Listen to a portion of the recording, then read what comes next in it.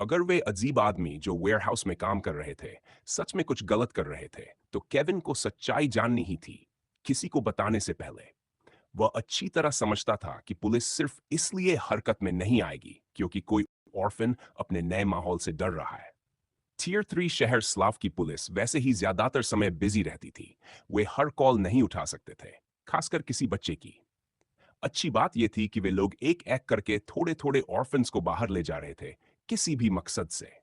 इससे केविन को लगा कि समय उसके पास है, सच जानने का समय, या फिर यह मानने का कि शायद उसका दिमाग ही ज्यादा दौड़ रहा है।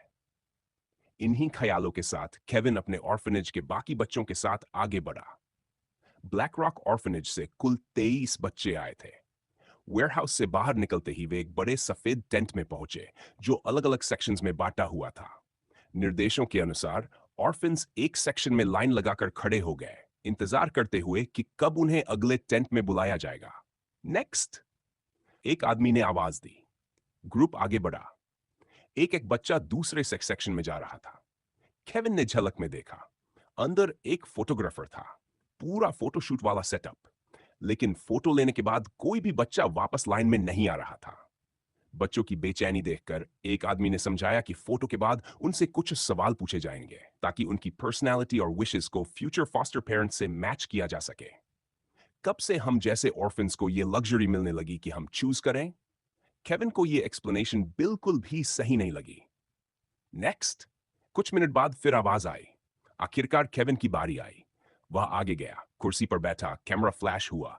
सब कुछ नॉर्मल लग रहा था। फिर भी केविन चारों तरफ देखता रहा, कुछ भी अजीब पकड़ने की कोशिश में। फोटो के बाद उसे अगले टेंट में जाने को कहा गया। अंदर एक बड़ी टेबल थी, लेकिन उस पर कुछ भी नहीं, ना पेपर्स ना फाइल्स। सामने एक आदमी बैठा था। शायद क्वेश्चनर नहीं, इंटरव्यू होगा। तभी उसे पीछे किसी के कदमों की आवाज महसूस हुई। केविन ने पलटकर देखा। एक आदमी उसके पीछे खड़ा था, हाथ में नीडल जैसी चीज। उसकी इंस्टिंक्ट तुरंत काम कर गई। केविन ने पूरी ताकत से आदमी को फैमिली जूल्स पर किक मारी। आदमी दर्द से झुक गया, नीडल हाथ से गिर गई और उसकी चीख धीरे धीरे कराह में बदल गई। टेबल के पीछे बैठा दूसरा आदमी उठने ही वाला था, लेकिन केविन उससे तेज था। उसने टेबल को किक मारी जो सीधे उस आदमी से टकराई। मुझे पता था, यह सब बहुत ज्यादा अच्छा लग रहा था सच होने के लिए। अगर मैं अलर्ट नहीं होता तो वो मुझे इंजेक्ट कर चुका होता। यह सोचते हुए केविन टेंट से बाहर भागा। लेकिन खतरा अभी खत्म नहीं हुआ था। बाहर उसने देखा, कई आदमी बड़े ट्रक्स के पास खड़े थे, रास्ता लगभग ब्लॉक कर रखा था। सबसे डरावनी बात यह नहीं थी कि कितने लोग थे, बल्कि यह थी कि उनमें से एक के हाथों में ब्लैक रॉक ऑर्फनेज का एक बच्चा था, वही जो केविन से ठीक पहले अंदर गया था।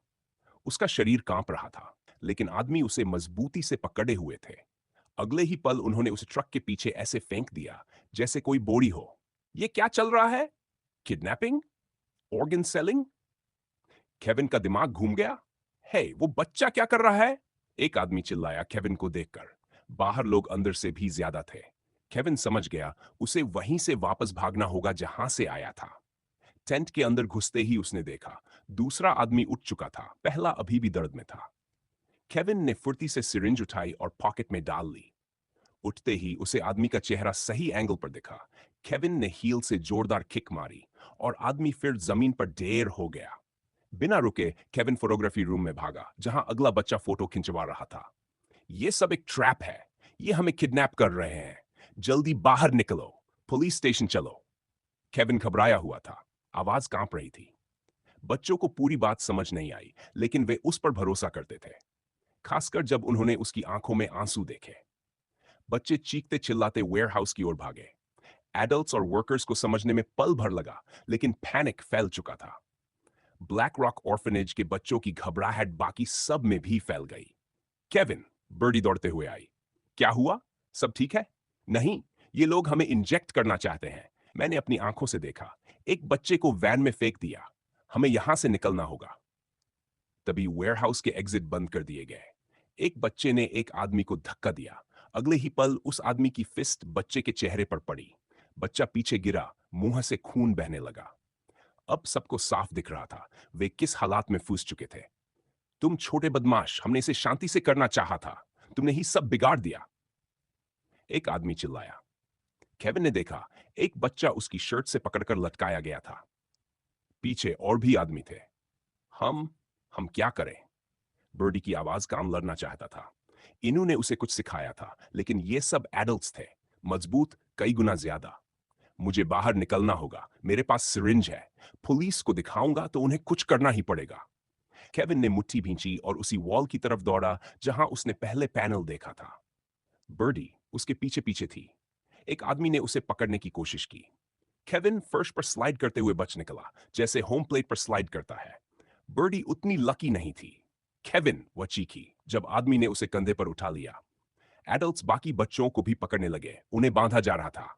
मैं वापस आऊंगा, हेल्प लाऊंगा, प्रॉमिस। केविन ने पलटकर चिल्लाया। मुड़ने में उसकी सारी हिम्मत लग गई। वह पैनल तक पहुंचा, उसे उठाया, क्रॉल किया और वेयरहाउस से बाहर निकल गया। वह रुका नहीं, दौड़ता रहा। उसे किसी ऐसे इंसान को ढूंढना था जिसके पास फोन हो। अभी तक कोई उसका पीछा नहीं कर रहा था। वे अंदर बच्चों से निपटने में बिजी थे। आखिरकार वह मेटल फेंस तक पहुंचा। कोई आसान रास्ता नहीं था, तो वह चढ़ गया, हाथ पैर गैप्स में फंसाते हुए। ऊपर पहुंचा, नीचे कूदा और फिर दौड़ पड़ा। यह सब कैसे हो गया? हम खुश थे और मैंने सुजान से कहा था, ऑर्फनेज बेचने को। जो हो रहा है सब मेरी वजह से।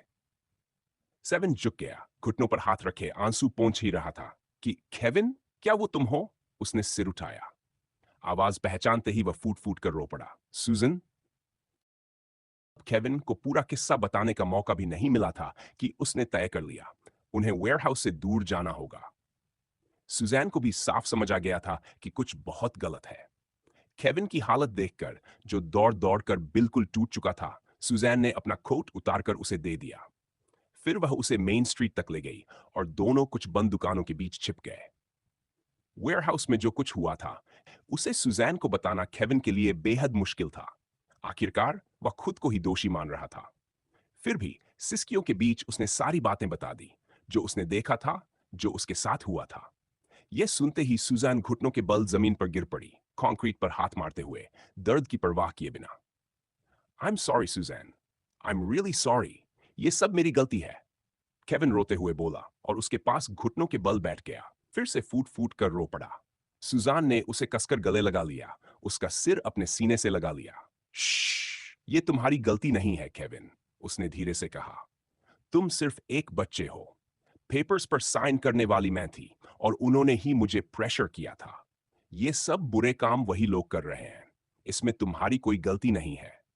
वह थोड़ी देर रुकी, फिर बोली, मैं बस खुश हूं कि तुम सेफ हो, कि तुम बाहर निकल पाए।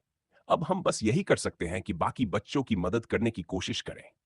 दोनों समझ चुके थे कि सिचुएशन कितनी सीरियस है। जो कुछ उन्होंने देखा और झेला था, उसके बाद अकेले जाकर कुछ करना बहुत खतरनाक था। इसमें कई लोग शामिल थे और साफ था कि उनके पास पैसा और ताकत दोनों थी। अंदाजा लगाना मुश्किल नहीं था, ये प्रोफेशनल गैंगस्टर्स थे। सुजैन ने रीडायल किया और पुलिस को सारी बात बताई। दूसरी तरफ से अच्छी खबर मिली। कहा गया कि किसी को भेज दिया गया है। फिर उससे पूछा गया कि वह कहाँ है और क्या पहने हुए है। थोड़ी कंफ्यूज्ड होकर भी उसने जवाब दे दिया। कुछ ही मिनटों बाद एक ब्लैक एसयूवी उनके पास आकर रुकी। डोर खुला, एक यंग पुलिस ऑफिसर यूनिफॉर्म में बाहर आया। दोनों अंदर बैठो, अंदर बात करेंगे, ने कहा। सुजन और केविन ने एक दूसरे की तरफ देखा। पुलिस का ऐसा बिहेवियर थोड़ा अजीब लगा। उन्हें लगा था कि कई गाड़ियां आएंगी, न कि सिर्फ एक ऑफिसर। उनकी हेजिटेशन देखकर रू ने अपना बैज दिखाया। देखिए, ये एरिया सेफ नहीं है, रू ने आसपास देखते हुए कहा। पहले अंदर आइए, फिर बात करेंगे। सुजान को अब भी भरोसा नहीं हो रहा था, इसलिए उसने पुलिस को फिर कॉल किया। कंफर्म होने के बाद कि सामने खड़ा ऑफिसर सच में पुलिस का ही है, वे एसयूवी में बैठ गए। जैसे ही वे अंदर बैठे, रू ने गाड़ी चला दी और साफ दिख रहा था कि वे वेयरहाउस से दूर जा रहे हैं। वेट, ऑफिसर, केविन चिल्लाया। आप गलत डायरेक्शन में जा रहे हैं, हमें बाकियों की मदद करनी है, वो अभी भी वहीं है। लेकिन रू ने कोई जवाब नहीं दिया। एरिया से बाहर निकलने के बाद ही उसने गाड़ी साइड में रोक दी। तुम दोनों को अंदाजा नहीं है कि तुम कहां फंसे थे, रू ने थकी हुई आवाज में कहा। सॉरी, तुम लोग बहुत डर गए हो। रिपोर्ट मिली थी, इसलिए मुझे भेजा गया था ताकि तुम्हें वहां से बाहर निकाला जा सके। मैं तुम्हें पुलिस स्टेशन ले जा सकता हूं या घर, जो चाहो। बैक सीट पर बैठे केविन और सुजैन को यकीन ही नहीं हुआ। बस इतना ही? सुजैन फूट पड़ी। यही सब है जो पुलिस करेगी? हमने बताया कि वहां बच्चों को किडनैप किया जा रहा है, ट्रक्स में भरकर ले जाया जा रहा है। आप लोग इसे इग्नोर कैसे कर सकते हैं? रू ने नजरें झुका ली। उसकी आंखों में देखना भी मुश्किल लग रहा था। देखिए, मैं आपको सच बताता हूं, लेकिन आपको पसंद नहीं आएगा, उसने कहा। वो पूरा इलाका ग्रे एलिफेंट्स गैंग के कंट्रोल में है। पुलिस फोर्स हर जगह जोर नहीं चला सकती। प्राइवेट प्रॉपर्टी में घुसने के लिए वारंट चाहिए। आपकी बातों के आधार पर अप्लाई कर सकते हैं, लेकिन जज से क्लियरेंस में टाइम लगेगा। और तब तक ग्रे एलिफेंट्स हमेशा हमें डिले करने में एक्सपर्ट रहे हैं। वह रुका, फिर बोला, आपका बाहर निकल पाना अच्छी बात है, लेकिन अब तक वो लोग सब साफ कर चुके होंगे। सबसे बुरी बात, विक्टिम्स इस बार ऑर्फन्स हैं। मिसिंग रिपोर्ट करने वाला कोई होता ही नहीं। तभी केविन ने पॉकेट से सिरिंज निकाली, जिसमें अजीब रंग का लिक्विड था। ये क्या? केविन ने कहा। इसी से वो मुझे इंजेक्ट करना चाहते थे। ये इलीगल सब्सटेंस हो सकती है। क्या आप इसे इस्तेमाल नहीं कर सकते उनके खिलाफ? रू ने सिरिंज को ध्यान से देखा। उसे भी नहीं पता था कि वो क्या है। ठीक है, उसने कहा, मैं इसे स्टेशन ले जाकर इंस्पेक्ट करवाऊंगा। बिलीव मी, मैं भी उतना ही वरीड हूं जितना तुम। लेकिन रूल्स है। अभी बेस्ट यही है कि तुम ट्रक्स का डिस्क्रिप्शन दो, लाइसेंस प्लेट्स, कलर, कोई भी डिटेल। पेट्रोल कार्स अलर्ट रहेंगी। जैसे ही कोई ट्रक दिखेगा, हम रोकने की कोशिश करेंगे, कोई बहाना बनाकर सर्च करेंगे, और अगर बच्चे मिले तभी हम एक्शन ले पाएंगे। फिलहाल मैं बस यही कर सकता हूं। पुलिस स्टेशन जाते हुए केविन ने ट्रक्स के बारे में जो जो याद था सब बता दिया, लेकिन खुद उसे भी नहीं पता था कि इससे कितना फायदा होगा। कौन जाने ट्रक्स आज ही मूव करें या नहीं, या कितने हों। सच कहें तो केविन को लग रहा था कि रू बस उसे तसल्ली देने के लिए ये सब कह रहा है। क्या पुलिस सच में इतने रिसोर्सेज लगा पाएगी? शायद बस एक मेमो भेजा जाएगा, और बस। एसयूवी से उतरने के बाद सुजैन और केविन वहीं खड़े रह गए। अगर पुलिस ने कुछ नहीं किया तो सबको चोट लग सकती है। केविन बोला, अब हम क्या करें? सुजैन का चेहरा बिल्कुल टूट चुका था। आई डोंट नो, वह बुदबुदाई। केविन ने वही किया जो वह हमेशा करता जब हालात सबसे बुरे हों। Why don't we contact इनू? केविन ने कहा। आप उसे कॉल कर सकती हो, है ना? उसके पास आइडिया हो सकता है। इनू? सुजन हिचकिचाई। वो भी तो बच्चा ही है, उसे इसमें घसीटना ठीक नहीं होगा। वो बच्चा नहीं है, केविन तुरंत बोला। वो हम सबका उतना ही ख्याल रखता है जितना आप। हो सकता है वो कुछ न कर पाए, but we should tell him, please. उसने ऑर्फनेज छोड़ने के बाद भी हमें कभी अकेला नहीं छोड़ा। सुजन ने आखिरी बार इनू को याद किया। वह सच में ज्यादा डिपेंडेबल लगने का था। इस डेस्परेट सिचुएशन में उसने केविन पर भरोसा किया और कॉल मिला दिया। हेलो सुजन, इनू की आवाज आई। इतनी देर से कॉल करके सरप्राइज कर दिया। सॉरी, मैं लेटली आ नहीं पाया। जल्दी मिलने आऊंगा। सुजान को बोलना मुश्किल लग रहा था। उसने गहरी सांस ली। ब्लैक रॉक ऑर्फनेज के बच्चे ट्रबल में हैं। क्रमी अपार्टमेंट के एक कमरे में, जहां उसके फॉस्टर पेरेंट्स रहते थे, इनू ने फोन धीरे से नीचे रखा। ग्रे एलिफेंट्स, ट्रक्स, उसे कुछ समझ नहीं आ रहा था। अगर मुझे उन्हें ढूंढना है तो मुझे मदद चाहिए, बहुत सारी। उसने फोन उठाया, थोड़ी देर झिझका। नहीं, मुझे पूछना ही होगा। वो फैमिली जैसे हैं, शायद वही आखिरी उम्मीद है। कुछ रिंग्स के बाद सामने से आवाज आई, गैरी, मुझे तुम्हारी मदद चाहिए, हाउलर्स की मदद। सिर्फ एक छोटा सा पॉज आया। कोर्स, गैरी ने कहा, आई विल हेल्प। सच कहें तो जब इन्होंने हाउलर्स ज्वाइन किया था तो वो ज्यादातर एक विम पर ही किया था। काय का उसे रिक्रूट करने का तरीका टीनेजर को क्यूरियस कर गया था। बाकी रिक्रूटर से अलग वो ब्लॉन्ड लड़का एक अजीब सी कॉन्फिडेंट ऑरा लिए हुए था। ऊपर से उनके बीच एक डील हुई थी, और इन्नू उन लोगों में से नहीं था जो अपनी कही हुई बात से पीछे हट जाए। फिर भी अगर वो चाहता तो किसी भी पल गैंग छोड़ सकता था। कोई उस पर जोर नहीं डाल रहा था, न ही वो किसी का कर्जदार था। लेकिन किसी वजह से उसने रहने का फैसला किया। उसके पार्टनर ग्रीन फैंग की परफॉर्मेंस ने भी उसे काफी प्रभावित किया था। जब तक वो पैसा कमा पा रहा था वो खुश था। शुरू में उसका प्लान था कि किसी छोटे गैंग में शामिल होकर अपनी फिस्ट्स, लेग्स, नीज और एल्बोज का इस्तेमाल करके पैसा कमाए। आखिर यही तो एक चीज थी जिसमें वो सच में अच्छा था। कानूनी तौर पर काम करने की उम्र वो अभी पहुंचा नहीं था, लेकिन उसे पैसे चाहिए थे, उन लोगों की मदद के लिए जिनकी उसे अब परवाह थी। शायद ज्यादा पैसे मिलने की वजह से वो रुका हो, लेकिन जब उसने गहराई से सोचा तो उसे खुद समझ आ गया कि असली वजह वो नहीं थी। जिस चीज की उसने कभी उम्मीद नहीं की थी, वो था अपने गैंग मेंबर्स से इतना गहरा जुड़ाव महसूस करना। गैरी का उसके पुराने स्कूल आकर बिली से लड़ना वही पल था जब उसने सच में उसका रिस्पेक्ट अर्न किया था। उस दिन के बाद गैंग लीडर के इर्द गिर्द जो भी हुआ, हर इंसिडेंट ने इनू की नजरों में गैरी की पोजीशन और ऊंची कर दी। इनू खुद नहीं जानता था कब, लेकिन उसने तय कर लिया था कि गैरी सिर्फ एक लीडर ही नहीं है जिसे वो फॉलो करेगा, वो उसका अपना आदमी है और वो लॉयल है। यही वजह थी कि उसने सबसे पहले गैरी को कॉल किया, खाई को नहीं।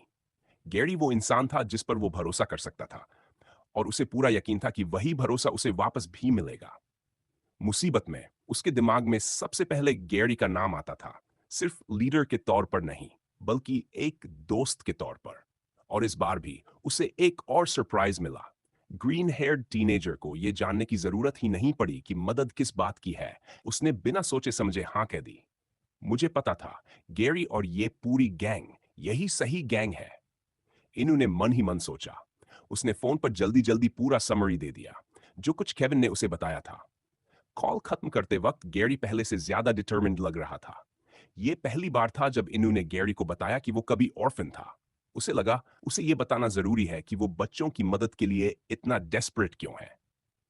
अब यह भी समझ में आ गया कि उस दिन उसे और ब्लेक को ऑर्फनेज के बाहर क्यों देखा गया था। गैरी के लिए यह सोच भी डरावनी थी।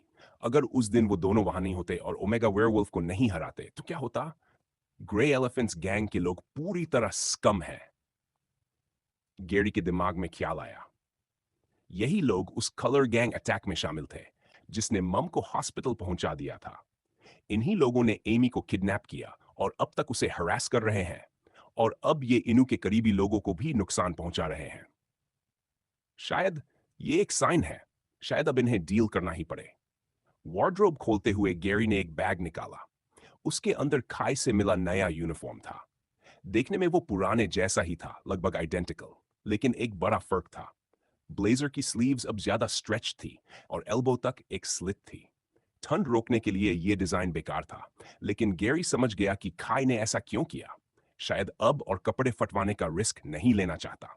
गैरी हंस पड़ा। फोन उठाकर उसने सबको वोल्फ्स पूल क्लब पहुंचने का मैसेज भेजा, और वो भी जल्दी। रास्ते में इनू सबको सिचुएशन एक्सप्लेन करता रहेगा। ओलिविया को भी मैसेज भेज दिया गया था। गोल साफ था, इनू के ऑर्फनेज के बच्चों को वापस लाना। लेकिन इसका मतलब था ग्रे एलिफेंट से टकराव।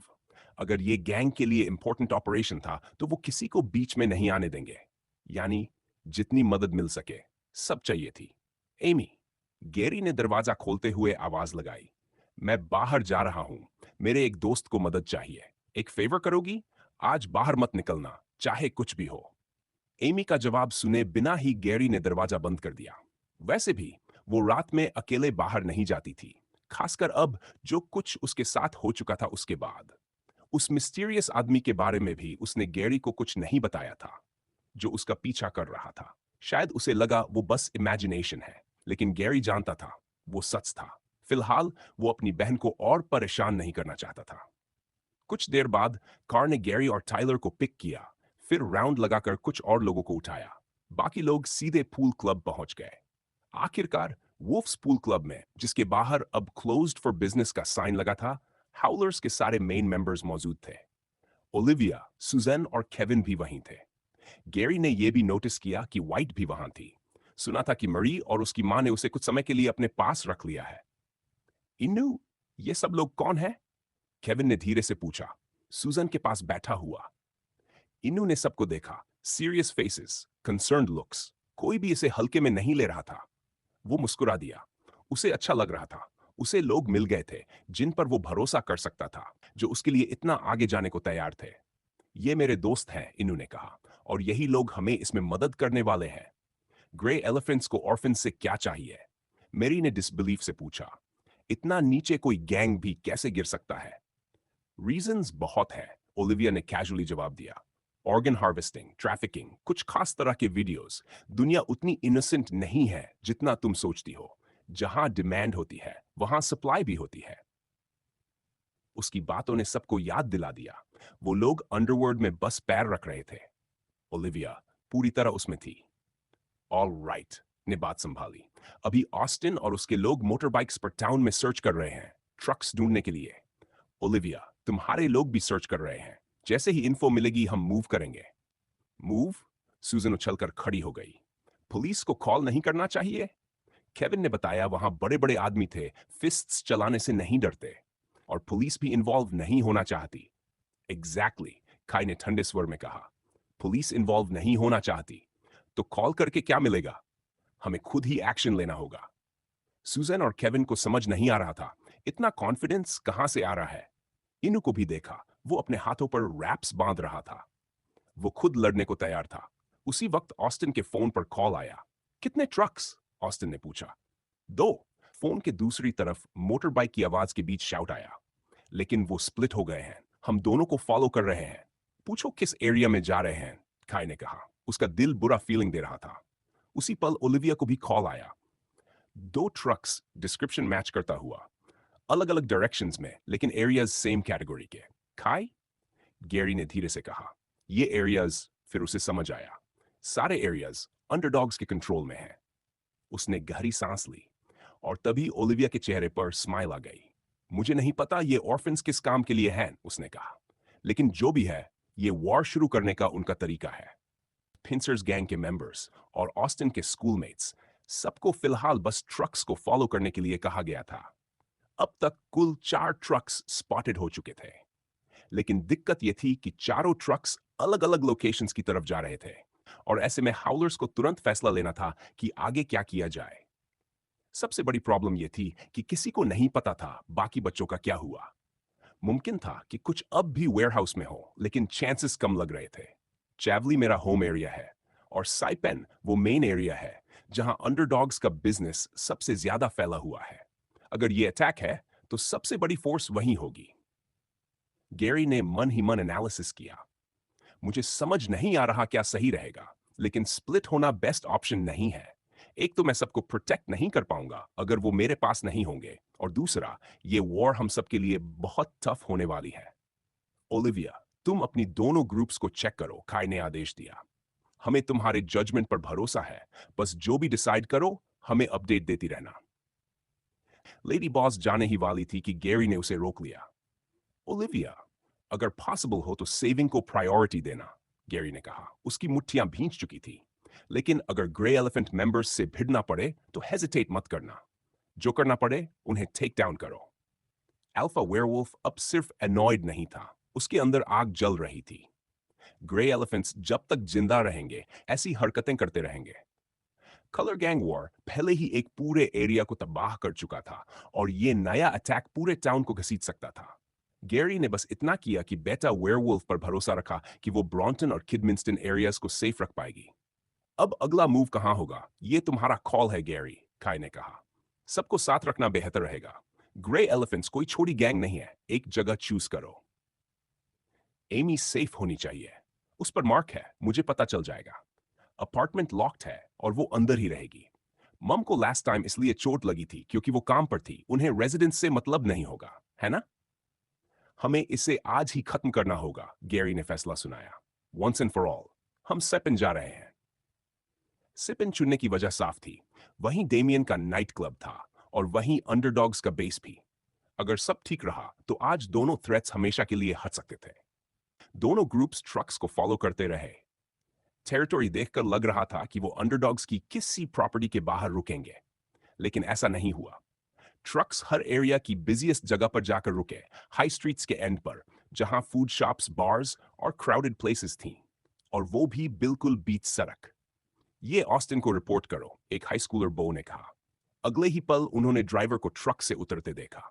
अजीब बात यह थी कि वो भाग रहा था। ना लेफ्ट देखा, ना राइट, बस ट्रक की तरफ एक नजर डाली और स्पीड बढ़ा दी। यार, कहीं इसमें बॉम्ब तो नहीं लगा? फीलिक्स ने अंदाजा लगाया, लेकिन वो मोटर बाइक्स पर थे तो उन्हें खुद को रिलेटिवली सेफ लग रहा था। ड्राइवर ने जैसे ही डिस्टेंस बना ली, उसने एक डिवाइस दबाया। ट्रक का बैक धीरे धीरे खुलने लगा। आह आह, तुमने सुना? आल्फी ने पूछा। ध्यान से सुनने पर ग्रॉल्स और स्नर्ल्स साफ सुनाई देने लगे। स्ट्रीट पर मौजूद एक ड्रंक आदमी ट्रक की तरफ लड़खड़ाता हुआ बढ़ा। डोर पूरी तरह खुला और अंदर से एक छोटा सा इंसानुमा क्रीचर कूदकर बाहर आया, सीधे उस आदमी को जमीन पर गिरा दिया। आर्श, कोई मदद करो, मॉन्स्टर है, ये मुझे खा जाएगा, आदमी चिल्लाया। टीनेजर्स हंस पड़े। उन्हें लगा वो नशे में बकवास कर रहा है, लेकिन कुछ सेकंड्स बाद उसकी आवाज बंद हो गई। क्रीचर उठकर खड़ा हुआ। आदमी जमीन पर पड़ा था, हिल भी नहीं रहा था। एक लड़के ने देखा, उस बच्चे के नेल्स पेंसिल्स जैसे नुकीले थे और उन पर कुछ टपक रहा था। फिर और बच्चे ट्रक से बाहर आने लगे और सड़क पर दौड़ते हुए जो मिला उसी पर टूट पड़े। पहला क्रीचर पलटा, टीनेजर्स की तरफ देखा और खून से सना हुआ चेहरा दिखाते हुए मुस्कुरा दिया। यह सच में मॉन्स्टर था। यही सीन हर एरिया में दोहराया जा रहा था। हर ट्रक से करीब 1 दर्जन छोटे मॉन्स्टर्स निकलते और जो भी अनलकी होता वहीं मारा जाता। कोई नॉर्मल इंसान नहीं था। शार्प टीथ, पिघले हुए मुंह, लंबे नाखून, हर एक कुछ ना कुछ अलग, लेकिन सब इक्वली हॉरिफाइंग। पूरा टाउन कैओस में डूब गया। पैनिक फैल गया। हर तरफ मर्डर्स। कुछ ही मिनटों में स्लो भर में रिपोर्ट्स फैल गई। स्लो के कम से कम 4 एरियाज में मैस किलिंग्स की खबर है। अटैकर्स किसी तरह मॉडिफाइड लग रहे हैं, ऑल्टर्ड जैसे, लेकिन उनकी मानसिक हालत नॉर्मल नहीं है। पुलिस ने सभी को इंडोर्स रहने की सलाह दी है। मैं दोहराता हूं, जो भी बाहर है तुरंत घर जाएं और अंदर ही रहें। टीवी पर यह सब देख रही थी एमी। उसका दिल बैठ गया। गैरी ने भी तो मुझे अंदर रहने को कहा था। कहीं वो इसमें इन्वॉल्व तो नहीं? अपने घर के नीचे ब्लेक हथियारों की दीवार देख रहा था। उसने एक ब्लेड उठाई, सामान पैक किया और कपड़े बदलने लगा। जो भी हो रहा है वो ह्यूमन नहीं है। इसका मतलब ये मेरा काम है। डैड भी यही करते। ऑल्टर्ड हंटर ने खुद से कहा। ग्रे यूनिफॉर्म्स पहने एक कपल अपने होटल रूम से बाहर निकला। एंटन से कांटेक्ट करो, सेडी ने असिस्टेंट को आदेश दिया। पूरी सिचुएशन का अपडेट चाहिए। पूरे स्लव को बैरिकेड करवा दो, उसने सख्ती से कहा। कोई भी टाउन से बाहर नहीं जाएगा। इन पागल ऑल्टर्ड को बाहर नहीं निकलने दे सकते। ये अनप्रेसिडेंट है, फ्रैंक ने कहा। क्या हमें व्हाइट रोज एचक्यू को डायरेक्टली रिपोर्ट नहीं करना चाहिए? क्या फायदा? सेडी ने जवाब दिया। बैकअप टाइम पर नहीं पहुंचेगा। यहां ऑल्टर्ड हम ही हैं। अभी एक्ट करना होगा और टाउन के लोगों पर थोड़ा भरोसा रखना होगा। लोग मर रहे हैं। ये दुनिया सच में पागल हो चुकी है। जेडन ने कपबोर्ड खोलते हुए सोचा। मेरी छोटी बहन यहां से निकल जाएगी, ये अच्छी बात है, लेकिन अगर मेरे पास पावर है तो मुझे मदद करनी चाहिए। सुपरस्टार होने की वजह से वो अटेंशन नहीं चाहता था। आखिर में उसने एक स्कार्फ और विग निकाली, फोटोशूट्स के लिए रखी हुई। स्ट्रीकर बॉय जितना फैंसी नहीं है, लेकिन काम चल जाएगा। बेशक स्लव के पूरे इलाके में खबर फैल चुकी थी। लोग तेजी से अपने अपने घरों में घुसने लगे। कुछ ने इसे पूरी गंभीरता से लिया, तो कुछ को लगा कि पुलिस बड़ा चढ़ाकर बता रही है, या फिर बस लोगों को सड़कों से हटाने के लिए बनाई गई कोई कहानी है। जो भी हो, ग्रे एलिफेंट्स को इससे कोई फर्क नहीं पड़ा। शुरू से ही उनका मकसद किसी एक ग्रुप का अटेंशन खींचना था, और उसमें वो पूरी तरह कामयाब रहे थे। बॉस, सूट पहना हुआ एक आदमी भागता हुआ ऑफिस में घुसा, लेकिन उसने देखा कि डेमियन पहले से ही खड़ा था, अपने सबसे भरोसेमंद लोगों से घिरा हुआ। बोलो, डेमियन गर्जा।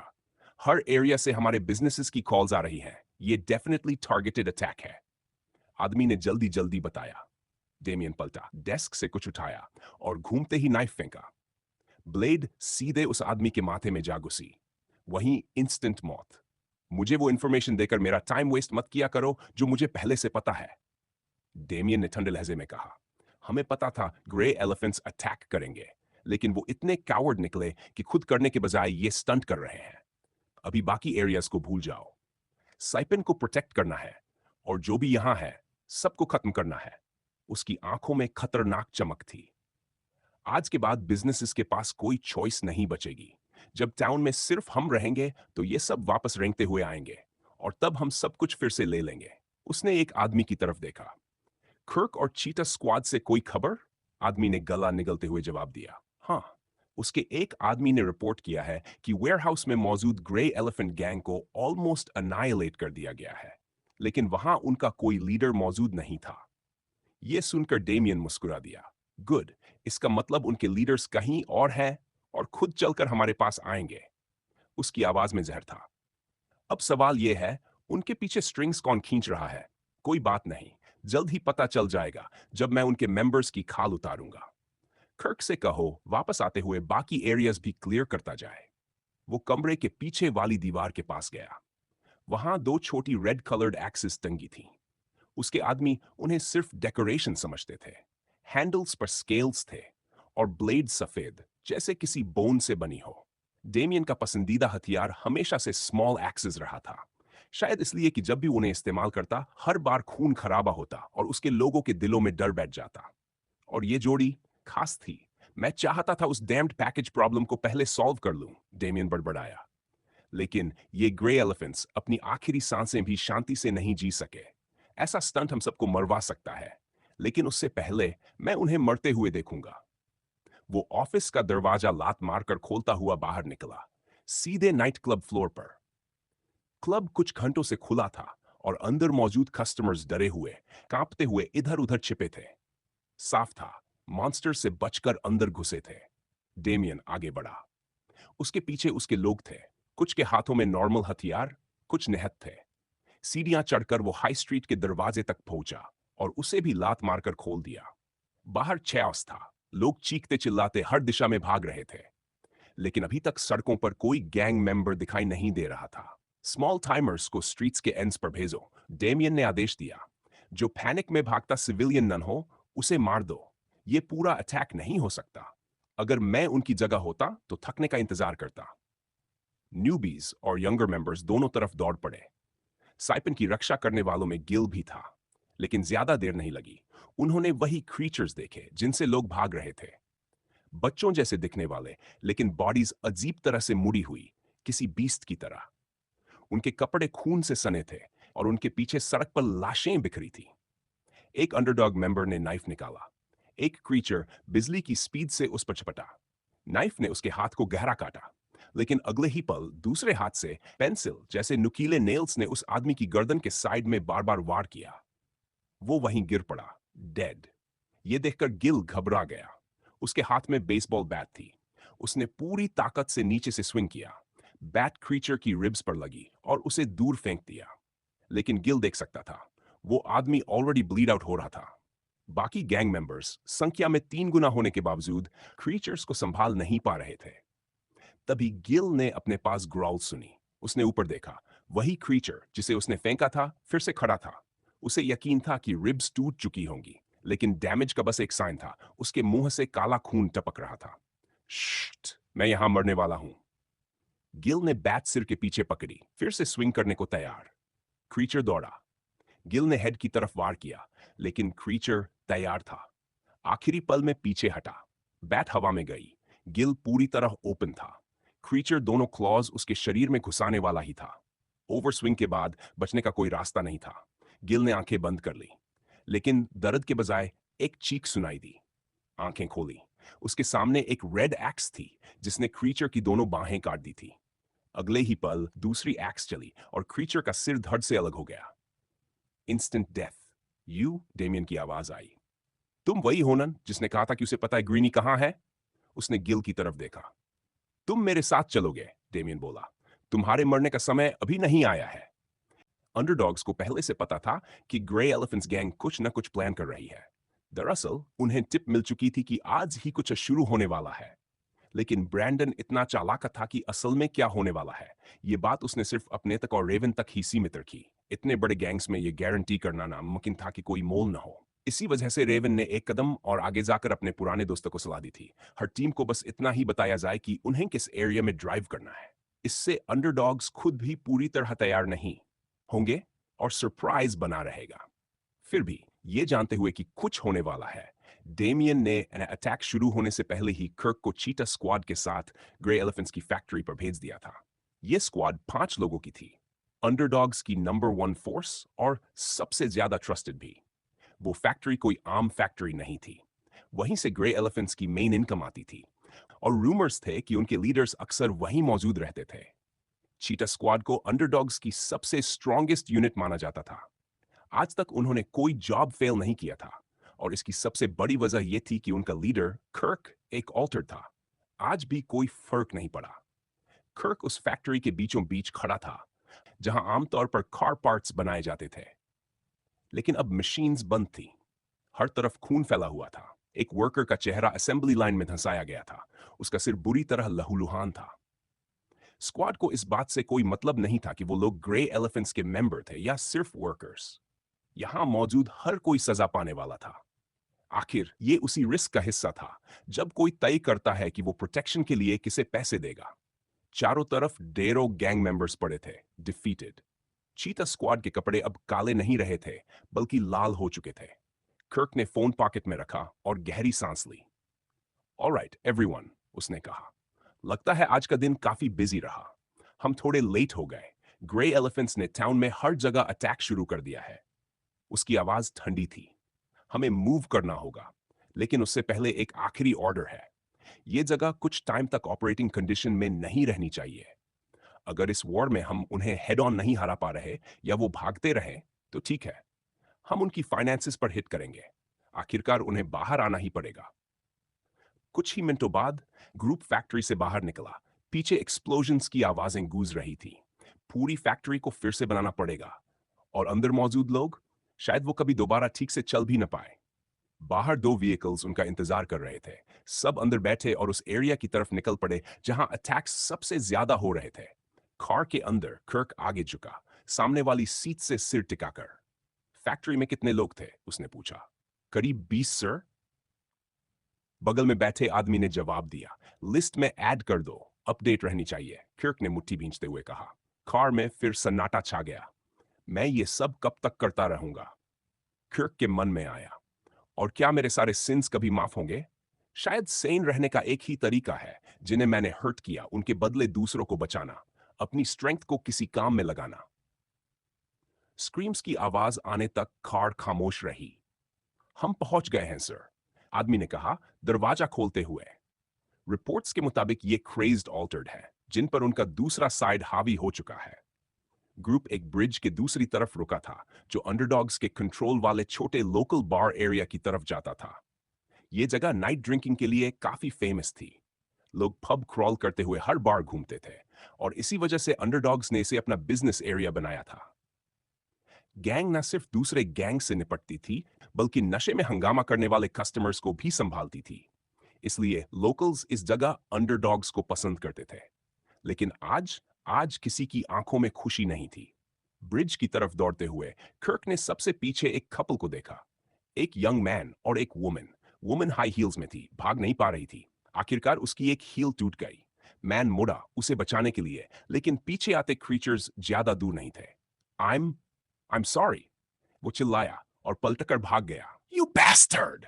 वुमन ने गुस्से में हील फेंकी और उठने की कोशिश की। पीछे देखा, क्रीचर बहुत करीब था, लेकिन अगले ही पल उसके चेहरे पर तेज हवा लगी। जब उसने ऊपर देखा, वहां क्रीचर नहीं था। उसकी जगह एक आदमी खड़ा था, पीली चमड़ी, पूरे शरीर पर स्पॉट्स। डिस्टेंस में क्रीचर उड़ता हुआ गिरा पड़ा था, चेहरा खून से सना, और वुमन के पास खड़े आदमी की मुट्ठी खून से लाल थी। हे फोक्स, मैं अभी किडमिंस्टन में हूं। तुम लोगों ने अभी वो देखा? एक यंग गाय जिसने फफी ओवरसाइज्ड कोट पहना हुआ था और गले में भारी चेन्स लटक रही थी, अपने फोन से सब कुछ रिकॉर्ड कर रहा था। वो कोई आम यूनिवर्सिटी स्टूडेंट नहीं था। स्कॉटी एक पॉपुलर लाइव स्ट्रीमर था, जो अलग अलग बार्स घूमकर उनके बेस्ट ड्रिंक्स रेट करता था। अटैक शुरू होने के बाद भी उसने फिल्मिंग बंद नहीं की, और इसकी वजह सीधी थी। उसकी व्यूअरशिप अचानक आसमान छूने लगी थी। जहां बाकी लोग डर से कांप रहे थे, स्कॉटी ने इसे एक अपॉर्चुनिटी के तौर पर देखा। कुछ महीनों की लाइव स्ट्रीमिंग में वो मुश्किल से 200 व्यूअर्स तक पहुंचा था, लेकिन अभी हजारों लोग देख रहे थे। सिर्फ स्लफ से नहीं, दूसरे सिटी से भी, क्योंकि किसी ने भी पहले इतने अजीब ऑल्टर्ड एक साथ नहीं देखे थे। ये रियल है या किसी मूवी का प्रमोशन चल रहा है? हाँ, मैंने तो कभी इतने क्रेजी ऑल्टर्ड एक ही जगह नहीं देखे। डार्क वेब पर कुछ रूमर्स सुने थे। कहते हैं लोअर टियर टाउन्स में ऑल्टर्ड पागल हो रहे हैं। पर यह कैसे पॉसिबल है? लोअर टियर टाउन्स में ऑल्टर्ड होते ही नहीं ना। इसीलिए यह सब बकवास लग रहा है। इंटरनेट पर दिखने वाली हर चीज पर भरोसा मत करो। तुम लोगों ने अभी देखा? स्कॉटी एक्साइटेड वॉइस में बोला। वो आदमी अचानक ट्रांसफॉर्म हुआ, उसके आर्म्स और लेग्स बदल गए, और सीधा उस वुमन को बचाने के लिए कूद पड़ा। यो, ये ऑल्टर्ड है। स्लफ में ऑल्टर्ड जो लोगों की मदद कर रहा है। लेकिन तभी किसी व्यूअर ने उसे पहचान लिया। अरे, ये कोई रैंडम ऑल्टर्ड नहीं है, ये कर्क समरफील्ड है, रुकी एएफसी फाइटर। चीटा ऑल्टर्ड। हाँ, वही है। लगता है अपने टाउन में ये सब देखकर वो चुप नहीं रह सका। तो इसका मतलब ये सब सच है? पता नहीं। एएफसी का प्रोमो भी हो सकता है। शायद कोई नया मैच फॉर्मेट अनाउंस करने वाले हो। ये कोई सेटअप नहीं है गाइस, स्कॉटी ने लाइव फीड देखते हुए कहा। उसे पसंद नहीं आ रहा था कि लोग सिचुएशन को हल्के में ले रहे थे। मैं प्रॉपर शॉट नहीं ले पाया, लेकिन मैंने रियल ब्लड देखा था।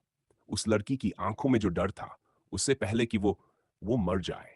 पेड एक्टर्स का नाम सुना है स्कॉटी, या सच में इतने नाइव हो? एफ इन द चैट उस पुअर वुमन के लिए। उसे भी लिस्ट में ऐड करना। कर्क चिल्लाया, आगे बढ़ते हुए। इस ग्रुप के पीछे अभी सिर्फ एक क्रीचर आया था, लेकिन कर्क जानता था और भी होंगे। चलते चलते उसने देखा कि उसने उस बीस्ट को सिर्फ इंजर किया था। वो फिर से खड़ा हो गया। मुंह खोलते ही उसकी स्किन खिंच गई, किनारों से खून बहने लगा और एक भयानक ग्रॉल निकली। इतना छोटा, क्या ये सच में ऑल्टर्ड है? कर्क ने सोचा। मैंने पूरी ताकत लगाई थी। कोई नॉर्मल इंसान ये सर्वाइव नहीं कर सकता। तो क्या ग्रे एलिफेंट्स ने बच्चों को ऑल्टर्ड बना दिया? उनके पास इतना ऑल्टर्ड डीएनए आया कहां से? यहां कुछ और चल रहा है, और ये सब कंप्लीटली बर्जर्क हो चुके हैं। अगर मैं जल्दी नहीं पहुंचा तो डेमियन और भी ट्रबल में पड़ सकता है। इस बार कर्क ने फिस्ट्स की जगह अपने शार्प नेल्स बाहर निकाले और फिर से डैश किया। क्रीचर फास्ट था, लेकिन कर्क उससे कहीं ज्यादा फास्ट। उसके नेल्स सीधे बच्चे के सिर के आर पार निकल गए। आई एम सॉरी, कर्क ने कॉर्प्स छोड़ते हुए कहा। एक बार जब कोई क्रेज्ड ऑल्टर्ड बन जाता है, तो वापस आने का कोई रास्ता नहीं होता। जो उन्होंने तुम्हारे साथ किया, उसके लिए मुझे अफसोस है। बॉडी जमीन पर छोड़कर चीता ऑल्टर्ड स्क्रीम्स की तरफ बढ़ गया। वो मेन रोड पर पहुंचा, जहां इस टाइम पर नॉर्मली कार्स होती। कुछ उल्टी पड़ी थी, कुछ पूरी तरह तबाह। आगे बढ़ते हुए उसने ढेरों डेड बॉडीज देखी, अंडरडॉग मेंबर्स की।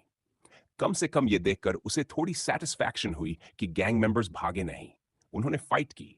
कुछ लोग अपनी शॉप्स के अंदर डोर्स लॉक करके बाहर झांक रहे थे। स्ट्रीट सरप्राइजिंगली काम थी, क्योंकि बीच सड़क पर एक अकेला आदमी खड़ा था, और वो सारे क्रीचर्स का सामना अकेले कर रहा था। स्कॉटी ने जूम किया। देखो, ये लगता है कोई नॉर्मल इंसान इन मॉन्स्टर से अकेले लड़ रहा है। कैमरा में दिख रहा था एक आदमी, गले में स्कार्फ, सिर पर कैप, नाइट के बीच भी स्पोर्ट्स शर्ट पहने हुए। वो दो क्रीचर्स के अटैक्स डॉज करता है, फिर उनके सिर पकड़कर जमीन पर पटक देता है। डैम, बिना ट्रांसफॉर्म हुए ये सब संभालना उम्मीद से ज्यादा मुश्किल है। जेडन ने सोचा। सांस लेते हुए उसने देखा एक बीस्ट जिसे वो खत्म समझ रहा था, फिर उठ खड़ा हुआ। उसका हाथ आगे बढ़ा। जेडन रेडी था, सही मोमेंट पर हेड किक मारने वाला था। लेकिन तभी सामने से कुछ आया, एक जबरदस्त पंच, और क्रीचर का चेहरा एक तरफ उड़ गया। दीज गाइज जितने दिखते हैं उससे कहीं ज्यादा टफ हैं, कर्क ने उस अजनबी से कहा। पुलिस ने इस बार काफी तेजी से रिस्पांस दिया था, जो कि उनके स्टैंडर्ड्स के हिसाब से थोड़ा अजीब था। फिर भी वे उन ज्यादातर इलाकों तक पहुंच चुके थे जहां इस वक्त गड़बड़ी चल रही थी। लेकिन उनके तरीकों पर वहां से गुजर रहे लोगों में काफी सवाल उठ रहे थे। एक जगह पर पुलिस ने पूरी हाई स्ट्रीट को चारों तरफ से पुलिस कार्स लगाकर घेर लिया था। हर एग्जिट बंद। साफ शब्दों में कहें तो वे इन क्रीचर्स को उस इलाके से बाहर नहीं निकलने देना चाहते थे। मकसद था बाहर के इलाकों में डैमेज को कम रखना, लेकिन हैरानी की बात यह थी कि उनमें से एक भी ऑफिसर अंदर घुसा ही नहीं था। रोड के किनारे जहां पुलिस कार्स ने रास्ता रोका हुआ था, एक बड़ा वैन आकर रुका। उसके साइड पर लिखा था चैनल 5 टीवी क्रू। जैसे ही वैन रुका, एक कैमरामैन तेजी से बाहर निकला, और उसके साथ एक फीमेल प्रेजेंटर भी। उसने लाइट ब्लू रंग का सूट पहन रखा था। उसके बाल छोटे थे और पीछे बंधे हुए थे, और कानों में डायमंड की चमकदार इयररिंग्स थी। जाहिर है, ज्यादातर टीवी प्रेजेंटर्स की तरह वो भी काफी अट्रैक्टिव थी। रेटिंग्स के लिए ये हमेशा काम आता है, खासकर जब सीन पर मिस केट डार हो। कैमरा पर रेड डॉट जलते ही उसने बिना झिझक माइक्रोफोन निकाला और उसे ऑफिसर्स की तरफ बढ़ा दिया। ऑफिसर, मैं केट डार हूं, चैनल 5 न्यूज से, उसने कहा। मैं यहां इसलिए आई हूं ताकि आप पब्लिक के कुछ सवालों का जवाब दे सकें। उसकी बात सुनते ही ऑफिसर घबरा गया, और आसपास खड़े बाकी ऑफिसर्स भी समझ नहीं पा रहे थे कि क्या किया जाए। प्रॉब्लम यह थी कि वे पहले से ही आम लोगों को अंदर जाने से रोकने में परेशान थे। कई लोग अब भी दुकानों और बिल्डिंग्स के अंदर फंसे हुए थे, और उनके फैमिली मेंबर्स बाहर आकर उन्हें निकालने की गुहार लगा रहे थे। ऑनलाइन कई वीडियो सामने आई हैं जिनमें अजीब क्रीचर्स दिखाई दे रहे हैं जिन्हें लोग क्रेज्ड ऑल्टर्ड मान रहे हैं। केट ने सवाल दागा। लोग ये जानना चाहते हैं कि सिविलियंस को इन इलाकों से सेफली बाहर निकालने का आपका प्लान क्या है। अभी तक जितना हमें पता है, पुलिस ने कोई डायरेक्ट एक्शन नहीं लिया है। मौके की हालत देखकर यह बात सच लगती है। आप इस पर क्या कहेंगे? सवालों के बीच पीछे से चीखें अब भी सुनाई दे रही थी। कैमरा जूम करने पर सड़क पर पड़े ढेरों डेड बॉडीज दिख रही थी। ज्यादातर सूट पहने हुए लोग जो अब तक सिविलियंस की प्रोटेक्शन कर रहे थे, लेकिन वो क्रीचर्स के सामने ज्यादा देर टिक नहीं पाए थे। अब क्रेज्ड ऑल्टर्ड अपनी अगली टारगेट की तरफ बढ़ते दिख रहे थे। वे दुकानों के दरवाजों पर टूट पड़े थे, ग्लास विंडोज तोड़ने की कोशिश कर रहे थे। हेल्प देम प्लीज, बाहर खड़े लोग चिल्ला रहे थे। केट ने एक बार फिर माइक्रोफोन ऑफिसर के मुंह के सामने कर दिया। देखिए, हम यहां डैमेज को कंटेन करने के लिए हैं। ऑफिसर ने जवाब दिया, और आप जैसे लोगों को अंदर जाने से रोकने के लिए। अगर हम अंदर गए और मारे गए तो ये क्रीचर्स आप सबको भी मार डालेंगे। कुछ ऑफिसर्स ने उसका सिर हिलाया। उन्हें प्रेस हैंडल करने की ट्रेनिंग मिली थी, लेकिन हालात का प्रेशर साफ दिख रहा था।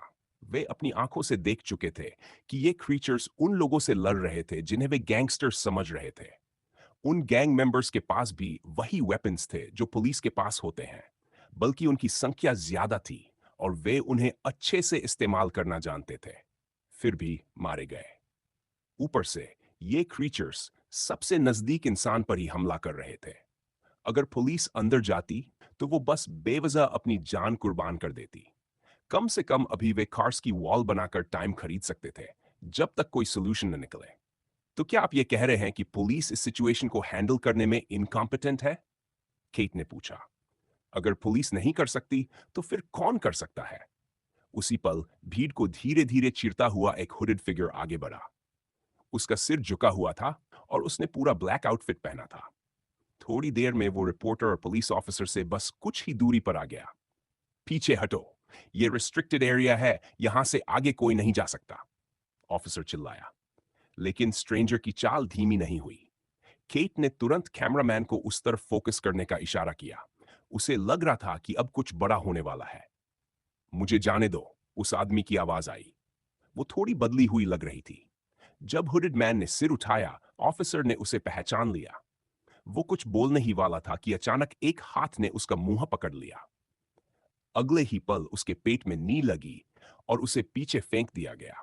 दो और ऑफिसर्स ने रास्ता रोका और अपने बैटन्स निकाले।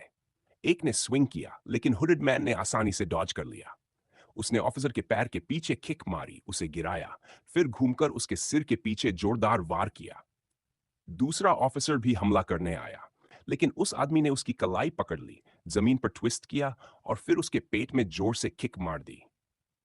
मेरे रास्ते से हट जाओ, उस आदमी ने कहा। तुम वो लोग नहीं हो जिनके लिए मैं यहां आया हूं। घायल ऑफिसर्स की वजह से रास्ता खुलते ही केट और उसका कैमरामैन मौका देखकर अंदर भागे, स्ट्रेंजर को फिल्म करते हुए। बाकी पुलिस ने जल्दी से लाइन संभाली ताकि और लोग अंदर न जा सकें। अगले ही पल हुडेड मैन ने अपनी साइड से दो सोर्ड्स निकाली और आगे बढ़ने के लिए तैयार हो गया। ये तो ऑल्टर्ड हंटर है, केट हाफते हुए बोली। जब ब्लेक ने पहली बार स्लोफ में क्रेज्ड ऑल्टर्ड के लोगों पर हमला करने की खबर सुनी, तो उसका पहला इंस्टिंक्ट था मदद के लिए बाहर निकलना।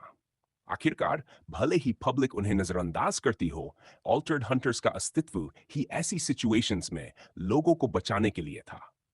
लेकिन ब्लेक के अंदर का एक हिस्सा ये भी जानता था कि वो सिर्फ लोगों की मदद करने नहीं जा रहा।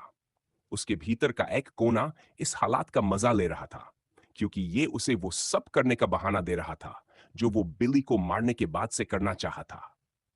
इस वक्त वो ऑल्टर्ड से लड़ने को लेकर एक्साइटेड था, मगर जैसे ही वो मौके पर पहुंचा, उसने एक अजीब सी बात नोटिस की। ये ऑल्टर्ड इतने छोटे क्यों हैं और इनके कपड़े भी कितने शैबी लग रहे हैं? क्या ये होमलेस किड्स हैं? क्या किसी ने बच्चों को ऑल्टर्ड बना दिया? ब्लेक ने सोचा। इतने सारे बच्चों को कन्वेंशनल तरीके से ऑल्टर्ड बनाना नामुमकिन था। आमतौर पर ऑल्टर्ड बनने के लिए इंसान का पीक कंडीशन में होना जरूरी होता है, ज्यादातर 16 से 25 साल की उम्र, ताकि बेस्ट इफेक्ट्स मिले। हालांकि ये नियम सिर्फ उन्हीं पर लागू होता था जिन्हें स्पॉन्सरशिप चाहिए होती थी। अगर पैसे पर्याप्त हो तो उम्र की कोई सीमा नहीं रहती।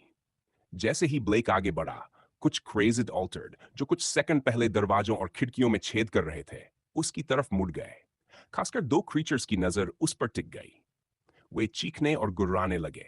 उनकी आवाज ग्राउल और स्क्रीम के बीच की कुछ थी, लेकिन ब्लेक को इससे फर्क नहीं पड़ा। उसे बस इतना यकीन करना था कि वो इन्हें मारने का रिजॉल्व रखे। जमीन पर पड़े बॉडीज की तरफ देखते हुए उसने देखा कि वहां सिर्फ गैंग मेंबर्स ही नहीं थे, सिविलियंस भी थे। आम लोग जो शायद बस गलत समय पर गलत जगह मौजूद थे। ये इंसानों को देखते ही हमला करते हैं। किताबों में जिन बीस्ट्स का जिक्र था उनसे अलग नहीं है। अगर इन्हें जिंदा छोड़ा गया तो ये और भी ज्यादा ख्यास फैलाएंगे। ब्लेक ने खुद को समझाया। दोनों क्रीचर्स एक साथ उस पर झपटे। ब्लेक ने अपने पिता की सोर्ड्स को हाफ आर्क में घुमाया। जोरदार क्लैश की आवाज आई जब ब्लेड्स ने ऑल्टर्ड के सख्त पेंसिल जैसे क्लॉज को टकराया। सोर्ड्स हल्की नहीं थी, और जो आर्मर ब्लेक ने पहना था उसकी वजह से हर अटैक में उसे स्ट्रेंथ बूस्ट महसूस हो रहा था। अचानक एक तीसरा क्रीचर उसकी तरफ आया। जैसे ही उसने हाथ आगे बढ़ाया, ब्लेक जमीन पर रोल हो गया, बाल बाल बचते हुए। सिर उठाते ही उसने चौथे को देखा और तुरंत सोर्ड उठाकर उसके क्लॉ को रोक दिया। खड़ा होते हुए वो चारों तरफ से आ रहे क्लॉज पर लगातार सोर्ड्स घुमाने लगा। हर तरफ से अटैक्स, क्लैश, डॉज, फिर क्लैश। देखने वालों को लग रहा था जैसे कोई एक्शन मूवी शूट हो रही हो। कार्स के अंदर छिपे लोग उसकी स्किल देखकर हैरान थे। वो उसके लिए चीयर कर रहे थे, क्योंकि शायद वही उनकी आखिरी उम्मीद था। पब्लिक जानती थी कि ये ऑल्टर्ड कितने ताकतवर हैं। एक बार पकड़ लें तो चाहे जितनी ताकत लगाओ, उनसे छूटना नामुमकिन होता है। उनके क्लॉज कितने शार्प हैं और रिफ्लेक्सेस कितनी तेज, ये सब लोग अपनी आंखों से देख चुके थे। फिर भी ये अकेला इंसान सिर्फ ब्लॉक कर पा रहा था, बल्कि उनकी ताकत का मुकाबला भी कर रहा था।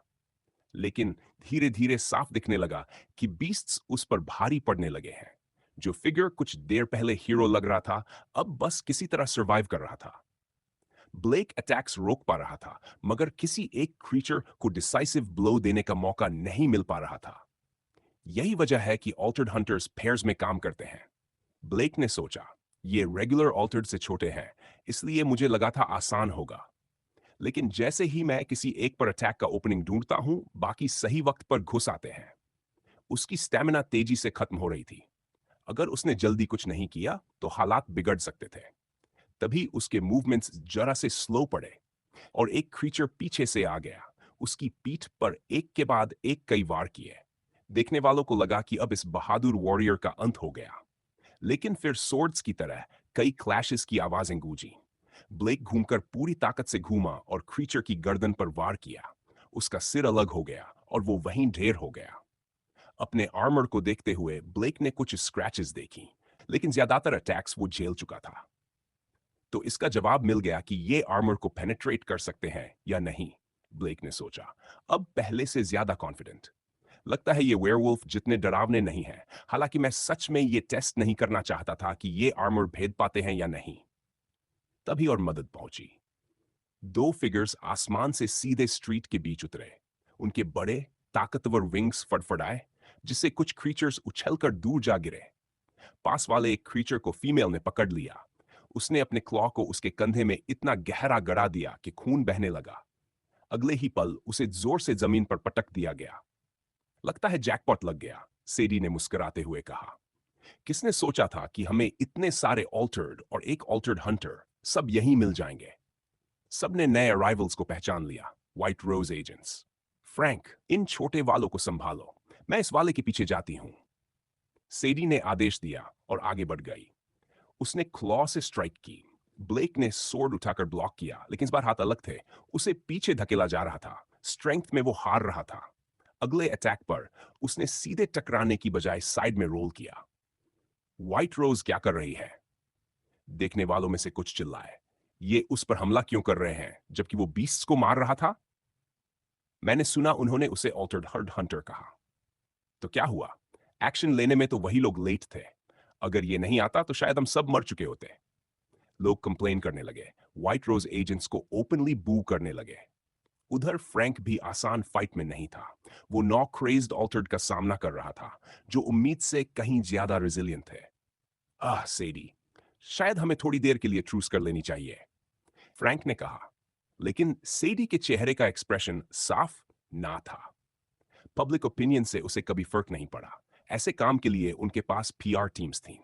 जैसे ही वो फिर से चार्ज करने वाली थी, उसके पैर के पीछे तेज दर्द उठा। अगले ही पल किसी चीज ने उसकी आर्म को जकड़ लिया और उसे पीछे खींच लिया गया। जो भी उसकी आर्म से लिपटा था, वो तुरंत खुल गया और एक जोरदार बैंग की आवाज आई। उस वेपन ने व्हाइट रोज एजेंट की फोर आर्म को काट दिया था। सेडी ने मुड़कर देखा। वहां ब्लैक और गोल्ड आउटफिट पहने एक औरत खड़ी थी, हाथ में whip लिए हुए। मुझे तुम्हारी पुलिस कभी पसंद नहीं आई, ओलिविया ने ठंडे लहजे में कहा। रिपोर्टर केट डार्ड लगातार अनफोल्डिंग इवेंट्स को फिल्म कर रही थी। सेफ स्पॉट पाने के लिए वो और उसका कैमरामैन जल्दी से साइड की एक शॉप के पास आ गए। अंदर कई लोग छिपे हुए थे जो बाहर हो रही हर चीज को देख रहे थे। लेकिन केट और उसका कैमरामैन शॉप्स के अंदर नहीं गए। वो वहीं साइड में खड़े रहकर शूट करते रहे, होपिंग कि सब कुछ कैप्चर हो जाए। और वैसा ही हुआ। व्हाइट रोज एजेंट्स का यहां होना एक मैसिव स्कूप है, केट ने सोचा। ये इस साल की सबसे बड़ी इवेंट्स में से एक बन सकता है। कौन सोच सकता था कि इतना छोटा टाउन और यहां एक ऑल्टर्ड हंटर भी निकल आएगा। ये सवाल बहुत से लोगों के दिमाग में घूम रहा था। आखिर स्लफ में चल क्या रहा है? एक महीने पहले कंस्ट्रक्शन साइट पर गैंगस्टर्स की ब्रूटल डेथ के बाद से ये टियर 3 टाउन बार बार न्यूज में आ रहा था। ऑल्टर्ड किलिंग्स नेशनल ब्रॉडकास्ट तक पहुंच चुकी थी। बिली के साथ भी यही हुआ था। उसका चेहरा पूरे देश में दिखाया गया। लेकिन जो स्टोरी इस वक्त उनके सामने अनफोल्ड हो रही थी, वो महीनों तक ब्रॉडकास्ट होने वाली थी। कैमरा जूम हुआ एक क्रेज्ड बीस्ट पर। वो ऑल्टर्ड जैसा दिख रहा था, लेकिन किसी एडल्ट जितना बड़ा नहीं था। सबसे अजीब बात यह थी कि इतने सारे ऐसे क्रीचर्स एक ही जगह पर, किसने कभी ऐसा देखा था? वायलेंट क्रेज्ड ऑल्टर्ड का ये ग्रुप एंटी ऑल्टर्ड मूवमेंट को और भड़काने वाला था। एक मूवमेंट जो हर दिन तेजी से बढ़ रहा था, जैसे जैसे ऐसे केसेस सामने आ रहे थे। क्या कोई कॉर्पोरेशन सीक्रेटली स्लफ को टेस्टिंग बेस की तरह इस्तेमाल कर रही है? केट ने धीरे से कहा, रिपोर्ट जारी रखते हुए, ताकि किसी ऑल्टर्ड का ध्यान उनकी तरफ न जाए। इसी बीच ऑल्टर्ड हंटर और व्हाइट रोज एजेंट्स के बीच फाइट शुरू हो चुकी थी। शॉप्स के अंदर छिपे लोग व्हाइट रोज की एक्शन से साफ फ्रस्ट्रेटेड थे। उनके लिए व्हाइट रोज भी पुलिस फोर्स का ही हिस्सा थी। तभी एक नई इंडिविजुअल फाइट में कूदी, हाथ में whip लिए हुए।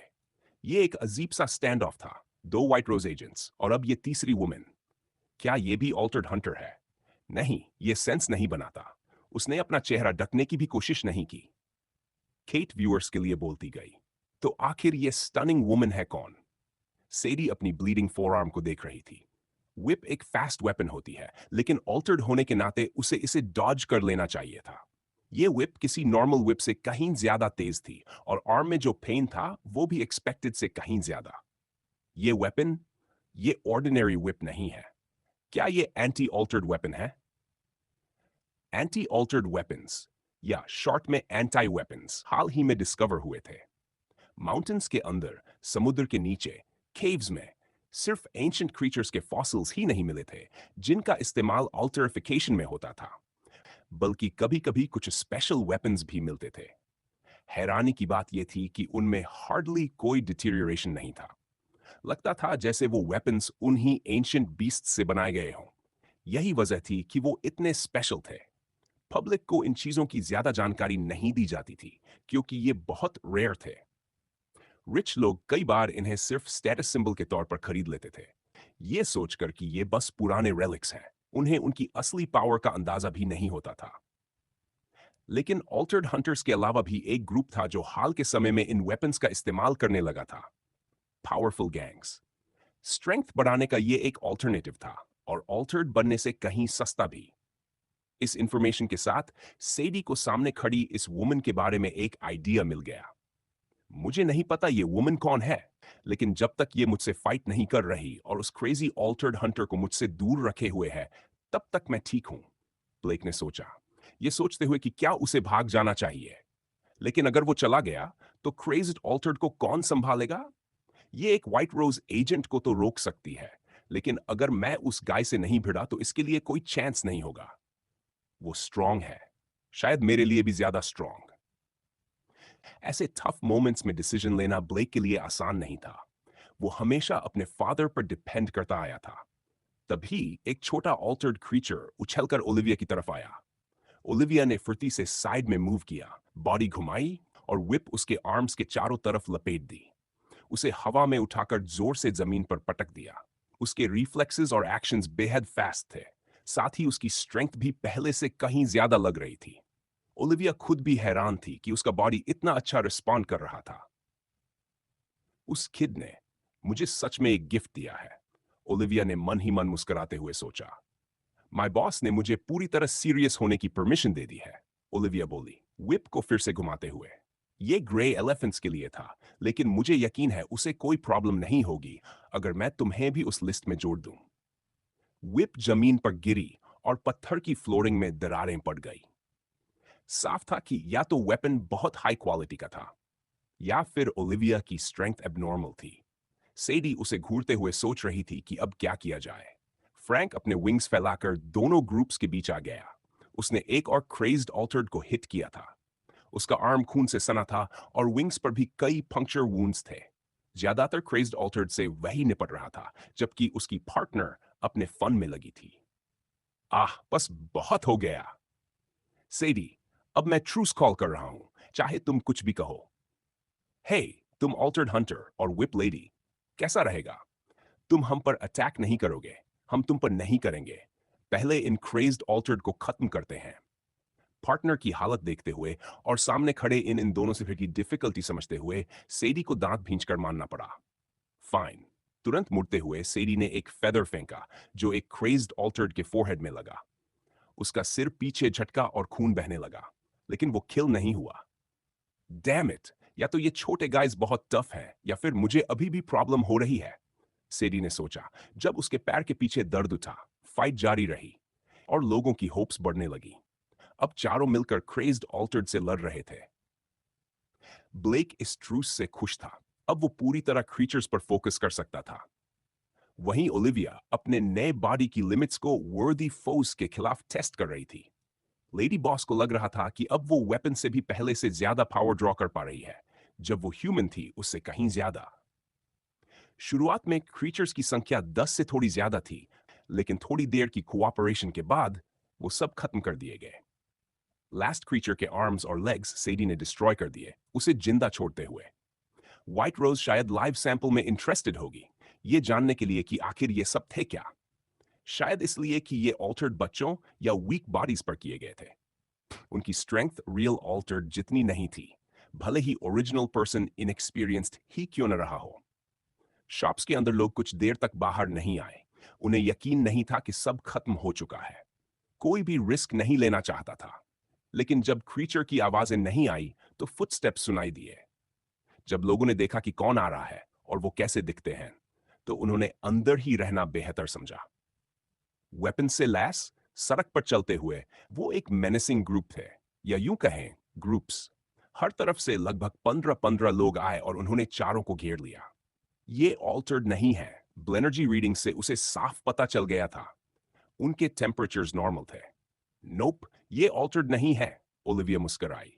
ये गैंगस्टर्स हैं, लेकिन स्कम तो फिर भी हैं।